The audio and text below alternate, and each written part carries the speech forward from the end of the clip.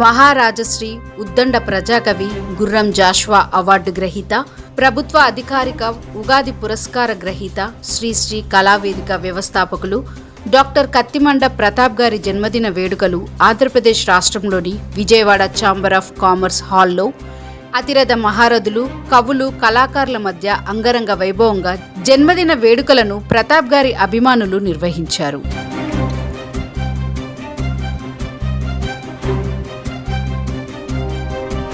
ఈ జన్మదిన వేడుకలను స్థానిక పోలీసు ఉన్నతాధికారి ఎస్పీ నరసింహారావు, అతని సతీమణి అలివేలు మంగ ఉత్సాహక శంఖాన్ని విజృంభించి సభను ఆకట్టుకునగా కవులు చప్పట్లతో అభినందించారు.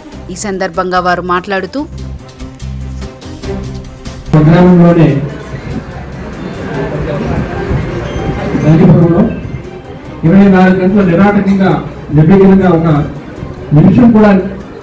మధ్యలో గ్యాప్ లేకుండా అనేక కళాఖండాన్ని ఒకే వేదికపై 24 గంటల పాటు ప్రదర్శించి ఒక ప్రపంచాన్ని సృష్టించారు. తర్వాత 48 గంటలు కూడా తిరుపతిలో ఈ మహతి ఆడిటోరియం కూడా గేట్లు ఎదురు కూడా తెలుసు.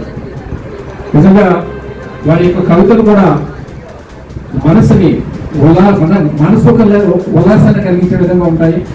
ఆయన ప్రతిదీ కూడా పోస్ట్ చేస్తున్నారు, ప్రతిదీ కూడా చదివి వారికి కామెంట్ కూడా పెడుతుంటారు.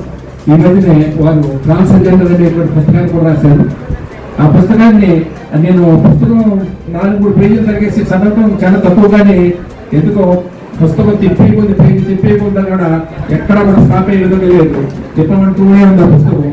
అంత రసవత్తరమైనటువంటి విషయాల్ని దాంట్లో ప్రతిపత్తారు. అంటే ఈ ట్రాన్స్జెండర్స్ ఏ విధంగా కష్టాలు ఎదుర్కొంటారు, ఏ విధంగా వృత్తిలోకి ప్రవేశిస్తూ ఉంటారు, ప్రవేశించడానికి గల కారణాలు ఏంటి చాలా నిశ్చితంగా పరిశీలించి పరిశోధన చేసి వాళ్ళ మూలాలన్నీ కూడా ప్రతిపత్తి ఒక మహత్తరమైనటువంటి కావ్యం, ఒక గ్రంథమే రాబోయే కాలంలో ఒక స్టడీ మెటీరియల్ కూడా ఉపయోగపడుతుంది. అక్షర రూపంలో మలసి మనందరికీ కూడా పాఠకులగారికి కూడా అందరికీ అందజేసేటువంటి మంచి కవి మన కత్తిమండ ప్రతాప్.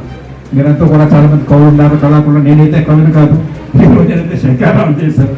మేము సంగీతాన్ని మాత్రం మీకు అందించేటువంటి ఒక సాధకండి. నేను ఈ రోజు ఈ కార్యక్రమంలో పాల్పంచుకోవడం చాలా ఆనందం.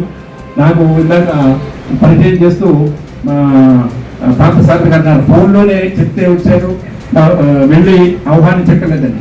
అంటే ఆయన ఆహ్వానించవలసిన జస్ట్ ఒక విషయం ఆహ్వానించకపోయినా నేను వచ్చి ఉంటాను, పేపర్లో చూసి వచ్చేస్తాను. ఎందుకంటే కళల పట్ల నాకు అటువంటి ఆసక్తి కలదు. కాబట్టి ఈ రోజు ప్రత్యేకంగా లీవ్ పెట్టుకుని ముఖ్యమైనటువంటి కార్యక్రమాలను కూడా వాయిదా వేసుకుని ఈ కార్యక్రమానికి రావడం జరిగింది. అంటే ఒకవైపు కత్తిమండ ప్రతాప్ తమ్ముడు అంటే అభిమానం, రెండో వైపు చూస్తే ఇటువంటి సాహితీ సభలో అదే ఎంత దూరం తీసుకొచ్చింది. నిజంగా ఇటువంటి ఈ కార్యక్రమంలో మా దంపతులకు పాల్పంచుకునే విధంగా అవకాశం కల్పించినందుకు శ్రీ కవిత్వం మనందరూ కూడా అందించి, కవి అంటే నవ్వులు పాలు కాకుండా, ఏదో రాస్తున్నారు కాకుండా, అందరి ఒకరిని అర్థం చేసుకుంటూ మనమే పండితులని, మనమే కవులమి అని కాకుండా పక్కన రాసి ఇప్పుడు రాసే వారిని కూడా ఎంకరేజ్ చేస్తూ, వారిని కూడా మనతో సమానంగా మన వేదిక మీదకి తీసుకొస్తూ భుజం తడుతూ, మనతో సమానంగా మనందరమే కవులమే, మనందరినీ కవికులము అని మనము సమాజంలో మార్పు తీసుకురావాల్సిన బాధ్యత మనందరి మీద ఉంది.